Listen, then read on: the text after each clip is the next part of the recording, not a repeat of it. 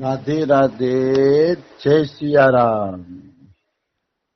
આપણે આજે શ્રી શ્રી કૃષ્ણદાસ બાબાજી રનવારીનું ચરિત્ર ચાલુ કરવાનું છે.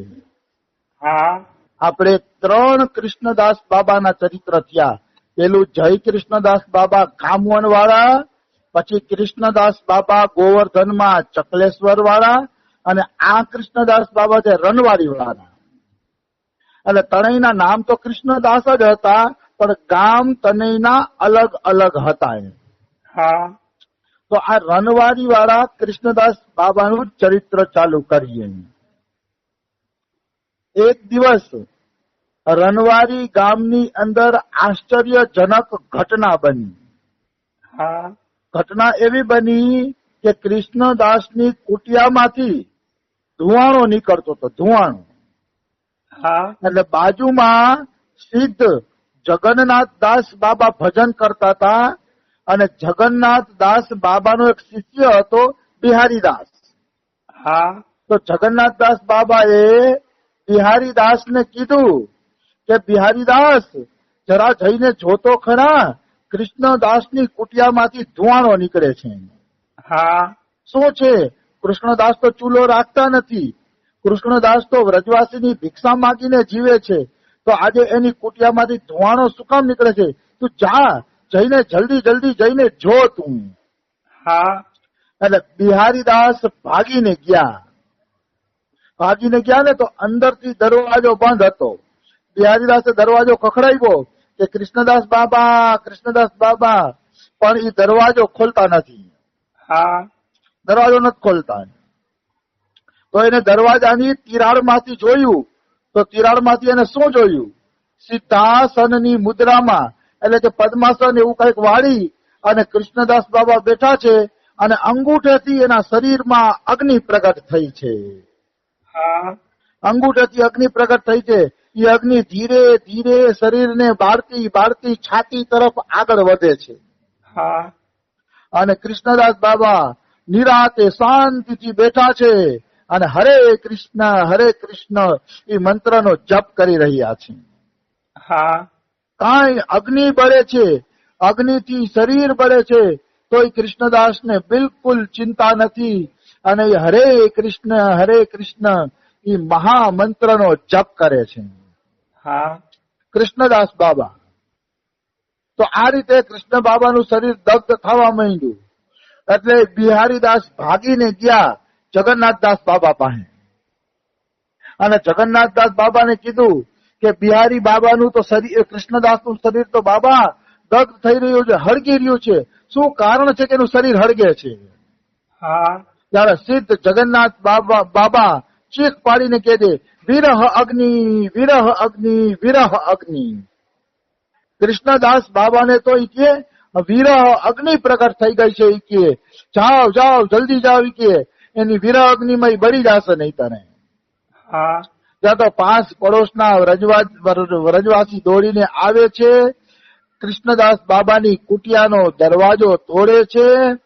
દરવાજો તોડ્યો ને ત્યારે અગ્નિ ગળા સુધી આવી ગઈ હતી. કૃષ્ણદાસ બાબાને હા, ગળા સુધી અગ્નિ આવી ગઈ હતી, પણ મોઢામાં હજી નામ જપ ચાલુ હતું. હરે કૃષ્ણ, કૃષ્ણ કૃષ્ણ હરે હરે, હરે રામ, રામ રામ હરે હરે. આ નામ જપ એના મોઢાની અંદર ચાલુ હતું, જપ ચાલુ હતા.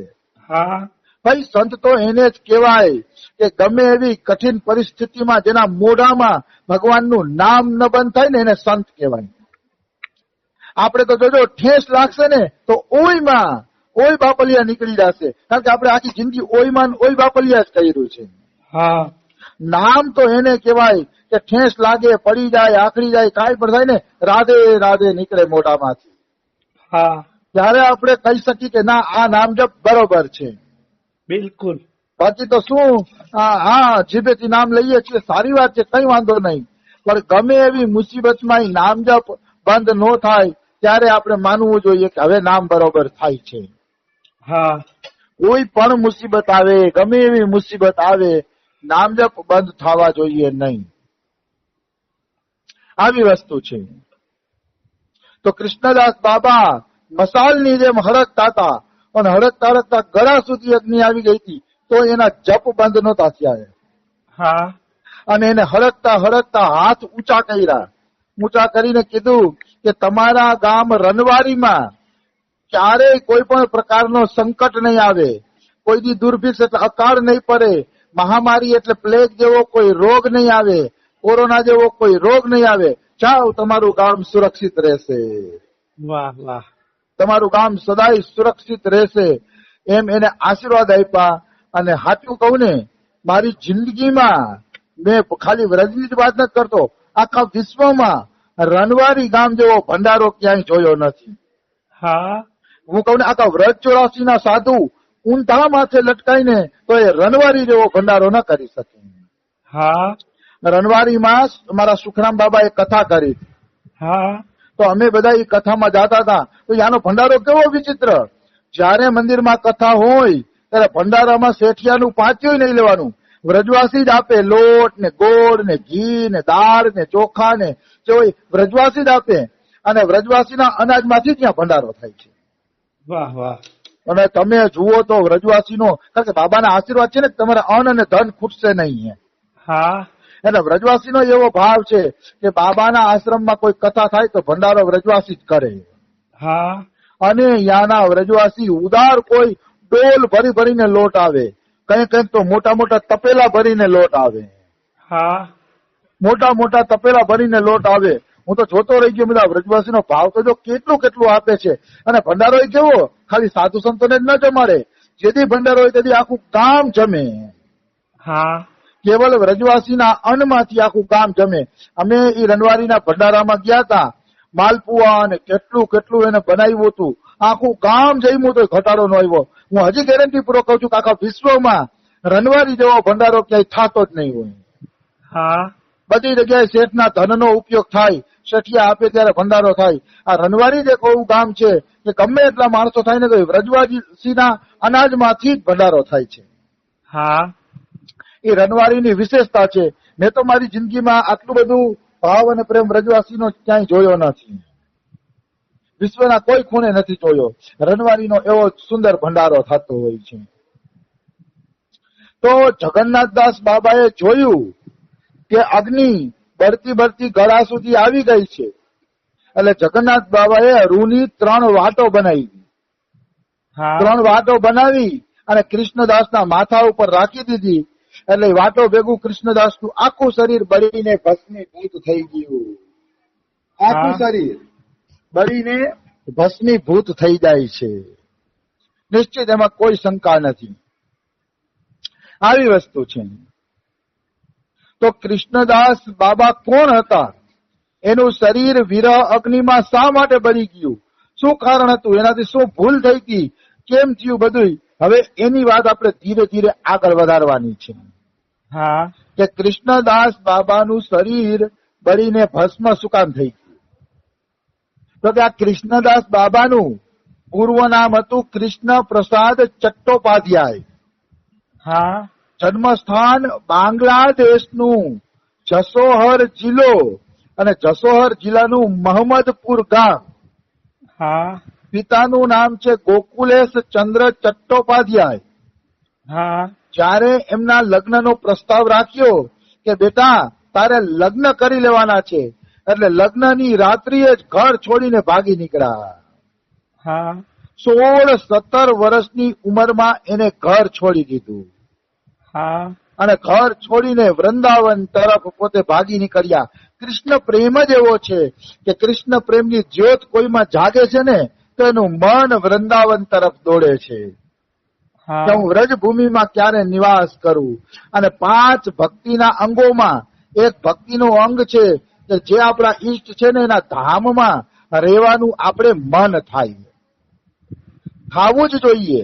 તમે કૃષ્ણને માનતા હોય તો વ્રજ પ્યારું લાગે, રામને માનતા હોય તો અયોધ્યા પ્યારું લાગે, ચિત્રકૂટ પ્યારું લાગે, પણ જેને માનતા હોય ને એના ધામમાં જવાની ઈચ્છા અવશ્ય થશે. એમાં કોઈ એટલે કોઈ પણ પ્રકારની શંકા નથી. ઈષ્ટ પ્રત્યે પ્રેમ હોય ને, રાધા કૃષ્ણ પ્રત્યે પ્રેમ હોય ને તો એના ભક્તો પણ પ્યારા લાગે, એનું ધામ પણ પ્યારું લાગે, એનું નામ પણ પ્યારું લાગે અને ઈશ્વર સાથે જોડાયેલી બધી વસ્તુઓ પણ પ્રિય લાગે છે. આ જ છે સાચા પ્રેમનું લક્ષણ. સાચા પ્રેમનું લક્ષણ જ આ છે કે ઈષ્ટ સંબંધી બધી વસ્તુઓ આપણે પ્રિય લાગે, મોહક લાગે. આપણે હા એમાં કોઈ એટલે કોઈ પણ પ્રકારની શંકા નથી. આવી વસ્તુ છે. તો કૃષ્ણદાસ બાબા લગ્નની રાત્રિએ ઘરેથી નીકળી પડ્યા છે અને વૃંદાવન આવી ગયા છે. કેટલાય દી પૈદલ ચાલી અને વૃંદાવન આવ્યા છે. હા થોડાક દિવસ મદન મોહનની સેવા કરી, પછી મદન મોહનની સેવા કરીને રનવારી વયા ગયા. રનવારી ગામ, ત્યારે રનવારી ગામ ભીષણ જંગલ હતું. એ જંગલની અંદર બાબા કુટિયા બનાવીને રહેવા માંડ્યા. અને જીવન કેટલું સુંદર. સાંજના એક સમયે ભિક્ષા માંગવા જાતા, મધુકરી માંગવા માટે જાતા. એક સમય મધુકરી માંગી અને પછી પોતાનું ગુજરાન ચલાવી લેતા. એક જ ટાઈમ જમતા. એમાંય જે મધુકરી મળે એમાં પોતાનો પ્રયોજન હોય એટલી રોટલી રાખી દેતા, બાકી મધુકરી ગાયોને ખવડાવી દેતા. તો રનવારીના વ્રજવાસી, રનવારી ગામના જે વ્રજવાસી હતા એ એટલી બધી મધુકરી આપતા કે બાબાને કેટલી બધી વધતી અને ગાયોને ખવડાવી દેતા.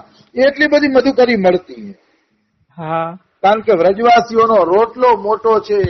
વ્રજવાસીઓને રોટલો દેવાની બહુ આદત છે.